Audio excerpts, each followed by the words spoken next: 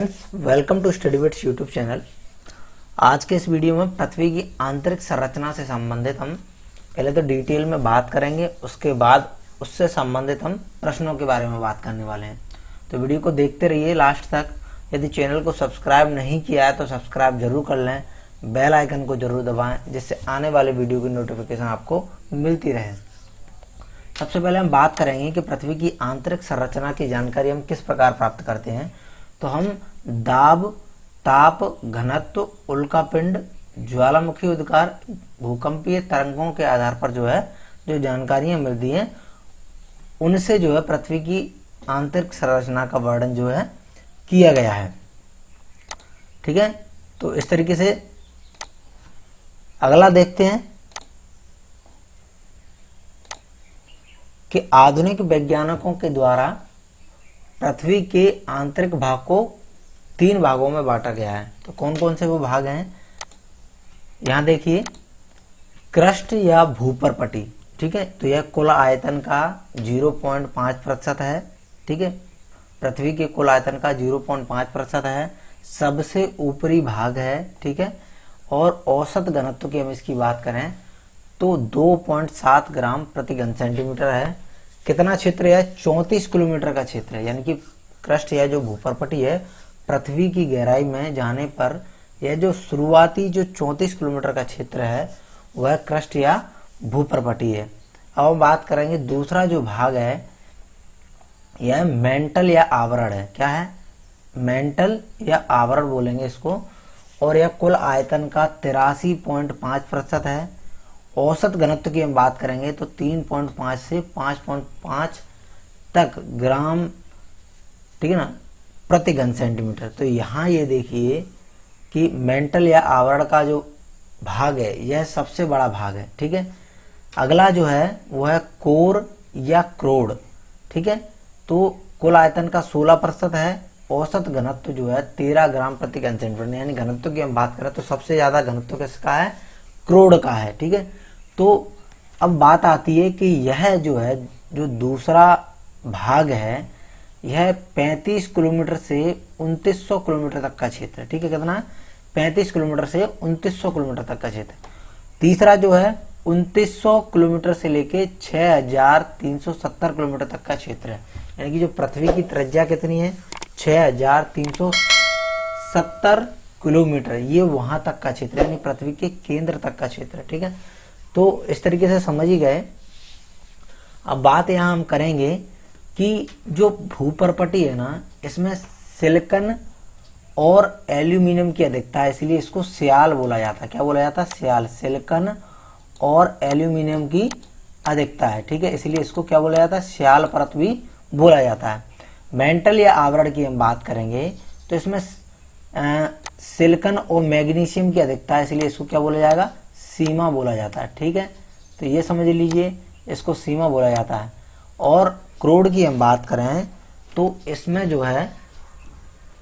Nickel और ferrous की अधिकता है, इसलिए इसे नीफे परत भी बोला जाता है। तो ये आप याद रखेंगे, इनके अन्य नाम हैं, इनको भी आप याद रखिए। ठीक है, तो यहाँ आगे बढ़ते हैं। पृथ्वी का औसत घनत्व हम जानेंगे कि पृथ्वी का औसत घनत्व कितना है। तो पृथ्वी का औसत घनत्व 5.5 ग्राम प्रति घन सेंटीमीटर। तो ये याद रखना, ये अक्सर प्रश्न पूछ लिया जाता है। अगला देखिए, भूगर्भ में जाने पर प्रति 32 मिनट की गहराई पर 1 डिग्री सेल्सियस तापमान बढ़ता है। तो यहाँ देखिए कि हमें जो जानकारी मिल रही है पृथ्वी की आंतरिक संरचना की, तो दाब, ताप, घनत्व के आधार पर, उल्कापिंड के आधार पर, ज्वालामुखी उद्गार और भूकंपीय तरंगों। तो पृथ्वी की गहराई में जब हम जाएंगे तो दाब भी बढ़ता है, ताप बढ़ता है। कितना बढ़ता है, प्रति 32 मीटर की गहराई पर 1 डिग्री सेल्सियस। हालांकि ये जितनी ज्यादा गहराई में बढ़ते जाएंगे तो ये परिवर्तन थोड़ा बदलता जाएगा। तो ये औसतन हमें बताया गया है कि 32 मीटर की गहराई पर 1 डिग्री सेल्सियस तापमान बढ़ता है।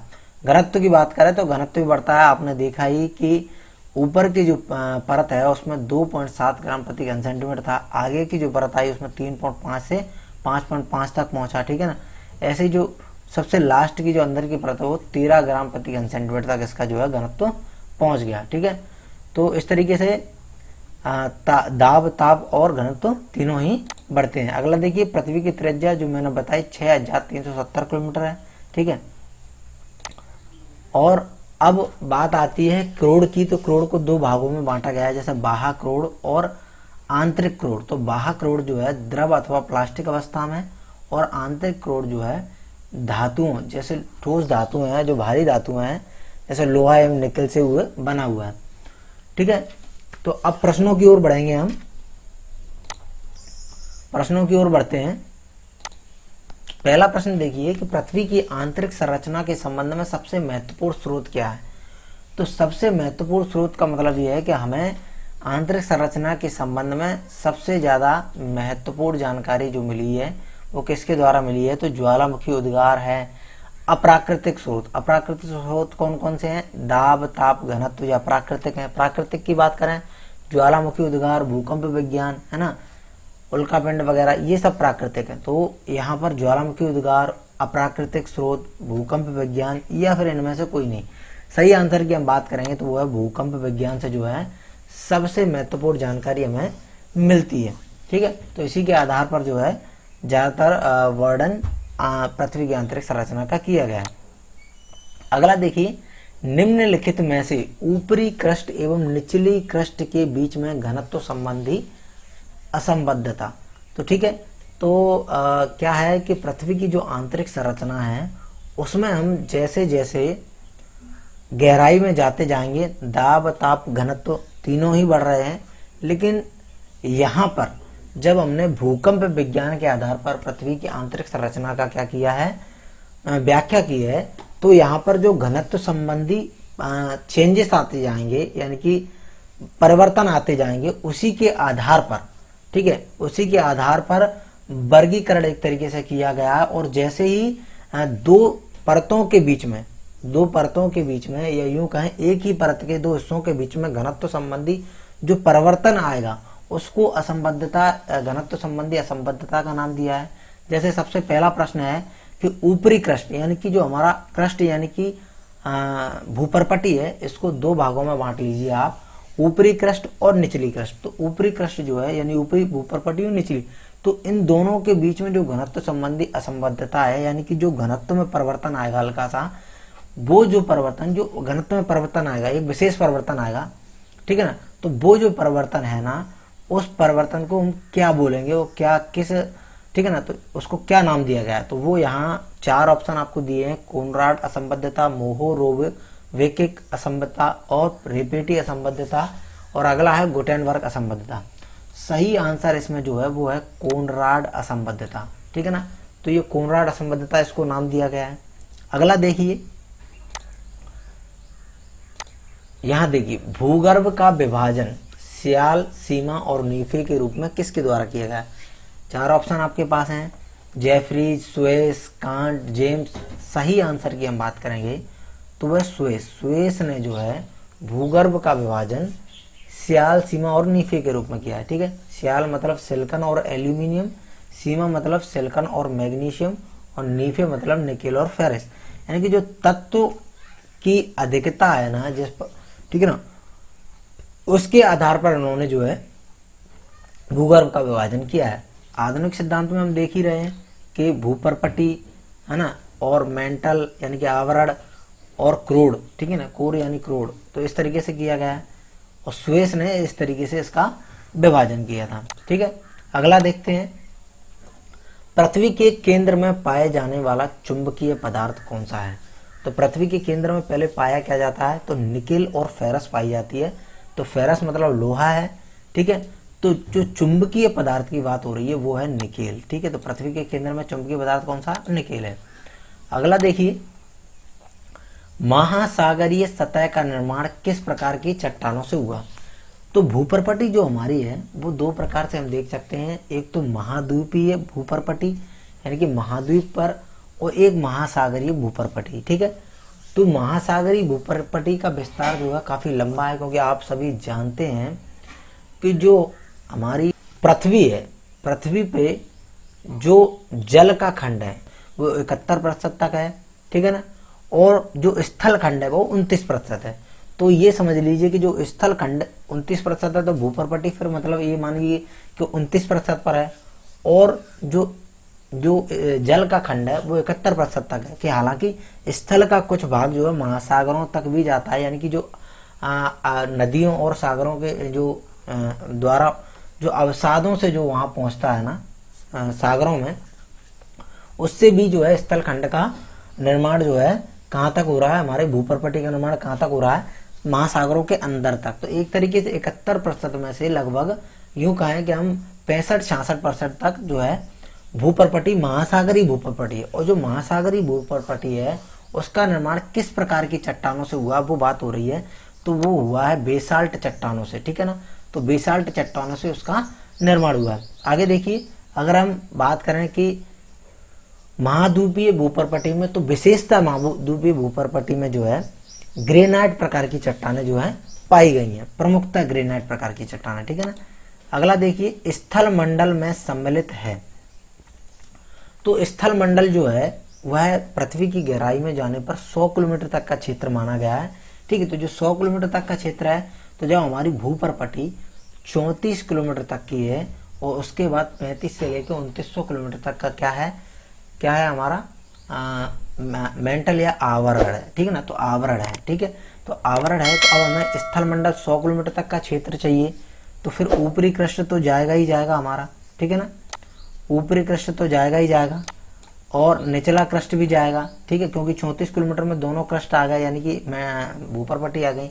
उसके अलावा जो है ऊपरी मेंटल का भी कुछ हिस्सा जो है हमारे स्थल मंडल में आता है। तो इस तरीके से याद रखिए आप, ठीक है। अगला देखिए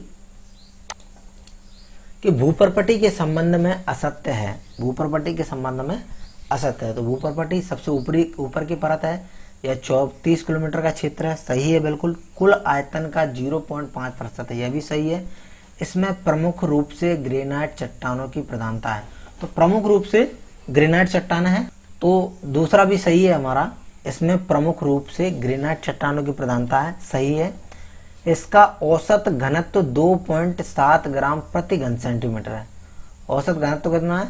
2.7 ग्राम प्रति घन सेंटीमीटर, यानी कि ये तीनों ही सही हैं, ठीक है। तो बात आई भूपर्पटी के संबंध में असत्य है, तो इनमें से नहीं, तो इनमें से ये तीनों हैं, ये सही है, मतलब ये सभी सत्य हैं। और अगला देखिए, मेंटल के संबंध में असत्य की बात आएगी। इसकी गहराई 35 किलोमीटर से 2900 किलोमीटर है, एवं पृथ्वी के आयतन का 83.5% है। द्रव्यमान का 67.8% है, ये बिल्कुल सही है। द्रव्यमान का 67.8% है, और आयतन का 83.5% है, ठीक है। घनत्व की बात करें, औसत घनत्व कितना? 3.5 से 5.5 ग्राम प्रति घन सेंटीमीटर, ये घनत्व है, ठीक है ना। यहाँ पर जो है ये प्रतिशत गलत लग गया है, ये 3.5 से 5.5 ग्राम प्रति घन सेंटीमीटर है ना। तो यह तरल अवस्था में है, कैसा है? तरल अवस्था में, और मुख्यतः बेसाल्ट चट्टानों से निर्मित है। तो ये मुख्यतः बेसाल्ट चट्टानों से निर्मित है, ये सही है। तरल अवस्था में ये गलत है इसका, ठीक है। तो इसका आंसर जो है यह तरल अवस्था में, तो ये असत्य है, ठीक है। अगला देखते हैं, भूकंपीय तरंगों के आधार पर स्थल मंडल की मोटाई। तो अभी मैंने बताया कि स्थल मंडल जो है 100 किलोमीटर तक का क्षेत्र है, जिसमें ऊपरी मंडल, ठीक है ना, और उसके अलावा ऊपरी क्रस्ट एवं निचला क्रस्ट, ठीक है, ये आते हैं। अगला देखिए, निम्नलिखित में से निचली क्रस्ट एवं ऊपरी मेंटल के बीच में घनत्व संबंधी असंबद्धता। निचली क्रस्ट का मतलब है निचली जो भूपर्पटी है, और फिर जो ऊपरी मेंटल यानी ऊपरी आवरण का क्षेत्र है, उसमें फिर जो घनत्व संबंधी असंबद्धता यानी घनत्व का परिवर्तन आता है, तो उसे क्या नाम दिए गए, ठीक है। तो निचली क्रस्ट एवं ऊपरी मेंटल, कोनराड असंबद्धता, मोहोरोविकिक असंबद्धता, रेपेटी असंबद्धता और गुटेनबर्ग। सही आंसर जो है मोहोरोविकिक असंबद्धता। मोहोरोविकिक के द्वारा यह खोजी गई थी, इसलिए इसे मोहोरोविकिक असंबद्धता का नाम दिया गया। अगला देखिए, भूपर्पटी पर पाए जाने वाले तत्वों का सही अवरोही क्रम। तो भूपर्पटी जो है हमारी, अगर हम बात करेंगे तो उस पर सबसे ज्यादा तत्व कौन सा है? तो तत्व की हम बात करें तो यहाँ पर 4 तत्व दिए हैं, 4 ऑप्शन दिए हैं, ऑक्सीजन, एल्यूमिनियम, लोहा, सिलिकॉन। ठीक है, तो ये सही नहीं है। लोहा, सिलिकॉन, ऑक्सीजन, एल्यूमिनियम ये भी सही नहीं है। एल्यूमिनियम इसका जो है राइट आंसर है ऑक्सीजन। ठीक है, ऑक्सीजन के बाद सिलिकॉन, उसके बाद एल्यूमिनियम और लोहा। तो अगर हम बात करें कि भूपर्पटी में धातु जो है सर्वाधिक मात्रा में कौन सी पाई जाती है, वो सिलिकॉन है। 27%, लगभग 27% तक सिलिकॉन पाई जाती है। और तत्व की बात करें तो ऑक्सीजन, ऑक्सीजन जो है 46%, लगभग 46% तक पाई जाती है। ठीक है ना, तो सबसे ज्यादा जो तत्व पाया जाता है तो वो ऑक्सीजन होगा। लेकिन अगर हम धातु की बात करें तो सर्वाधिक जो धातु पाई जाती है तो वो सिलिकॉन है। तो आप याद रखेंगे कि भूपर्पटी की बात हो रही है, ना कि वायुमंडल की। कि नहीं तो आप कहो कि जो है कौन सा सबसे ज्यादा तत्व पाया जाता है, तो आप नाइट्रोजन लगाए। नाइट्रोजन की बात नहीं, पृथ्वी जो है उसकी गहराई में जाने पर जो हमारी भूपर्पटी का क्षेत्र है उसमें जो तत्व कौन सा है, तो ऑक्सीजन है, सिलिकॉन है, एल्यूमिनियम और लोहा। सर्वाधिक मात्रा में ऑक्सीजन है। अगर हम धातु की तत्व की बात हो रही है, धातु की बात करें सर्वाधिक मात्रा में सिलिकॉन है। अगला देखिए, निम्नलिखित में से ऊपरी मेंटल एवं निचली मेंटल के बीच में, तो जो हमारा आवरण का क्षेत्र है 35 किलोमीटर से 2900 किलोमीटर तक का क्षेत्र, इसमें भी जो घनत्व संबंधी असंबद्धता उसकी बात हो रही है, तो वो कौन सी है? ठीक है ना, तो यहाँ पर मेंटल की बात हो रही है। मेंटल कैसे याद रखेंगे? कोनराड असंबद्धता, मोहोरोविकिक असंबद्धता, रेपेटी असंबद्धता और गुटेनबर्ग। कैसे याद रखेंगे मेंटल का? तो मेंटल मतलब रेपेटी मतलब स्लिप करना है ना, तो ये देख लीजिए मेंटल जो ऊपरी मेंटल और निचले मेंटल के बीच असंबद्धता होगी वो रेपेटी होगी, यानी कि स्लिप करना। मेंटल है भाई, स्लिप कर जाएगा। ठीक है ना, तो यहाँ रेपेटी असंबद्धता, इस तरीके से याद रखेंगे इसको। अगला देखिए, किस परत को वेरिस्फीयर कहा गया है? ठीक है, तो वेरिस्फीयर किसको कहा गया है? सबसे आंतरिक परत, बाह्य परत, मध्य परत और इनमें से कोई नहीं। तो जो हमारा क्रोड है सबसे आंतरिक परत, उसको वेरिस्फीयर कहा गया है। अगला देखिए, पृथ्वी के कोर में किस तत्व की प्रधानता है? अभी बताया पृथ्वी के कोर यानी क्रोड को हम नीफे के दर्जा दिया गया। क्यों नीफे का नाम दिया गया? क्यों दिया गया? कि उसमें निकेल और फेरस की प्रधानता है, उसी के आधार पर। अगला देखिए, निम्नलिखित में से निचली मेंटल और ऊपरी कोर के बीच में घनत्व संबंधी संबद्धता। निचली मेंटल, निचला आवरण, ऊपरी कोर। ठीक है ना, कौन सा होगा? 4 ऑप्शन है, कोनराड, मोहोरोविकिक और रेपेटी। अगला है गुटेनबर्ग। सही आंसर है गुटेनबर्ग असंबद्धता है निचला मेंटल और ऊपरी कोर के बीच में। अगला देखिए, अगला आ जाता है बाह्य कोर और आंतरिक कोर के बीच में घनत्व संबंधी असंबद्धता। कितने? तो टोटल 5 प्रकार की असंबद्धताएं पाई गई हैं। ठीक है ना, आप याद रखेंगे 5 असंबद्धताएं पाई गई हैं। तो बाह्य कोर यानी कोर को 2 भागों में बांटा है, ऊपर का कोर और आंतरिक कोर। तो इसमें जो असंबद्धता है, इसमें लोहा यानी कि ज्यादा मात्रा में पाया जाता है, इसे लेहमैन असंबद्धता, यहाँ से याद रखेंगे आप, लोहे से याद रखेंगे। निकेल और फेरस पाया जाता है, फेरस मतलब लोहा, तो लेहमैन असंबद्धता। ठीक है, तो 5 प्रकार की असंबद्धता है, 5 याद रखना है, कोनराड, मोहोरोविकिक, रेपेटी, गुटेनबर्ग और अगली 5वीं है लेहमैन। कोनराड किसके बीच में है? तो कोनराड जो है हमारी ऊपरी क्रस्ट एवं निचली क्रस्ट के बीच में। तो क्रा से याद रखेंगे, क्रस्ट यानी कि कोनराड, ऊपरी क्रस्ट और निचली क्रस्ट। क्रस्ट आ रहा है, क्रा यानी कि कोनराड असंबद्धता। मोहोरोविकिक कैसे याद रखेंगे? तो ये है निचली क्रस्ट एवं ऊपरी मेंटल के बीच में। ठीक है, तो इतनी निचली क्रस्ट एवं ऊपरी मेंटल के रूप में, तो मेंटल के ऊपरी मेंटल के बीच में है, तो इसे याद रखिए। रेपेटी देखिए ऊपरी मेंटल एवं निचले मेंटल के रूप में, तो इसको कैसे याद रख सकते हैं? ऊपरी मेंटल यानी कि मेंटल के जो 2 हैं इनके बीच में जो है स्लिप कर जाता है, मेंटल है स्लिप कर जाएगा। ठीक है ना, तो इसलिए रेपेटी याद रख सकते हैं। ठीक है, इसके अलावा जो है अगला आएगा निचला मेंटल और ऊपरी कोर। तो ये याद रख लीजिए कि ये गुटेनबर्ग असंबद्धता है। तो आप ये 2 याद रखिए। 3 जो हैं उनको आप ऐसे याद रख सकते हैं, क्रस्ट से कोनराड है ना, मेंटल है तो रेपेटी। ठीक है, इस तरीके से है ना। ऐसे बाह्य कोर, आंतरिक कोर, तो इसमें जो है आप याद रख लीजिए लेहमैन, क्योंकि लोहा ज्यादा पाया जाता है। ठीक है ना, तो इस तरीके से समझ लीजिए। तो 5 संबद्धताएं याद रखेंगे। ठीक है, अक्सर इनसे प्रश्न पूछ लिया जाता है। तो आज के लिए बस इतना ही, मिलते हैं अगले वीडियो में। वीडियो को लाइक जरूर करिए, चैनल को सब्सक्राइब करिए। धन्यवाद।